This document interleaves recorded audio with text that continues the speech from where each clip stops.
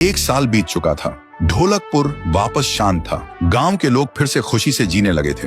हर पूर्णिमा को लोग एक दिया जलाकर ठुन ठुन ठुन साहुर को याद करते थे। पर एक रात कुछ ऐसा हुआ जो फिर से सब कुछ बदल के रख दिया। लाशें फिर से मिलने लगी। हर 2 दिन बाद किसी न किसी के घर के सामने एक कटी हुई लाश पड़ी होती। गांव फिर से कांप उठा। एक दिन सब लोग महाराज के पास पहुंचते हैं और रो रो कर गांव की घटनाओं के बारे में बताते हैं। रात को महाराज 2 सेनापतियों से कहते हैं, जाओ और खोजो इस कांड के पीछे कौन है। लेकिन सुबह सिर्फ उनकी लाशें लौट कर आईं। एक का सिर था ही नहीं, दूसरे के पैर कट चुके थे।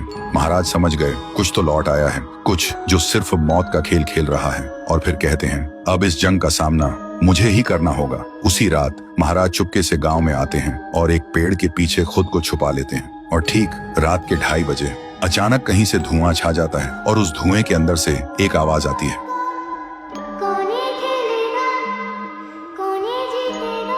और फिर धुएं के बीच से निकलती है एक गुड़िया, गोल आंखें, एक बेजान सी मुस्कान, लेकिन चेहरा मौत का पैगाम।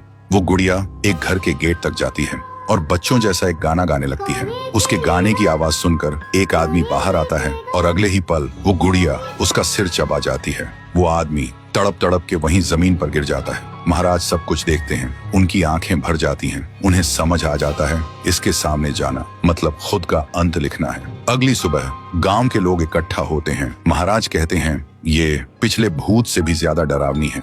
इसे सिर्फ वही हरा सकता है जो मौत को पहले ही हरा चुका है। और फिर एक पूर्णिमा की रात सब लोग दिया जलाकर पुकारते हैं, आप वापस आइए, आपके बिना ये गांव जिंदा तो है पर जीने जैसा नहीं। तभी एक आवाज गूंजती है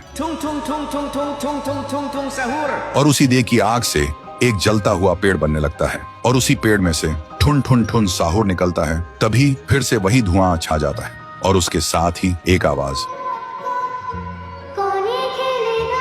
सब लोग घुटनों के बल गिर जाते हैं और कांपती आवाज में बोलते हैं, हमें बचाइए, वो आ गई है। ठुन ठुन ठुन साहुर एक जोरदार जंप करता है और सीधा उस धुएं में घुस जाता है और शुरू होती है एक आखिरी जंग ठुन ठुन ठुन साहुर और गुड़िया की। जमीन कांपने लगती है, आसमान से बिजली गिरती है और जब धुआं हटता है तो दिखाई देता है गुड़िया बिखर चुकी थी। हाथ अलग, सिर अलग, पैर अलग। और तब से गांव में फिर से एक नई सुबह हुई। महाराज मुस्कुराए, गांव वाले जीने लगे और उस दिन के बाद ठुन ठुन ठुन साहुर सिर्फ एक भूत नहीं रहा, गांव का रक्षक बन गया। लेकिन उसी रात कुछ ऐसा हुआ जो किसी को भी पता नहीं चला। गुड़िया का सिर, हाथ, पैर अपने आप जुड़ने लगे थे और फिर वो वहां से चली गई। तो दोस्तों, अगर आप देखना चाहते हैं पीहू वर्सेस गुड़िया तो इस वीडियो को 1 लाख लाइक्स तक पहुंचा दो।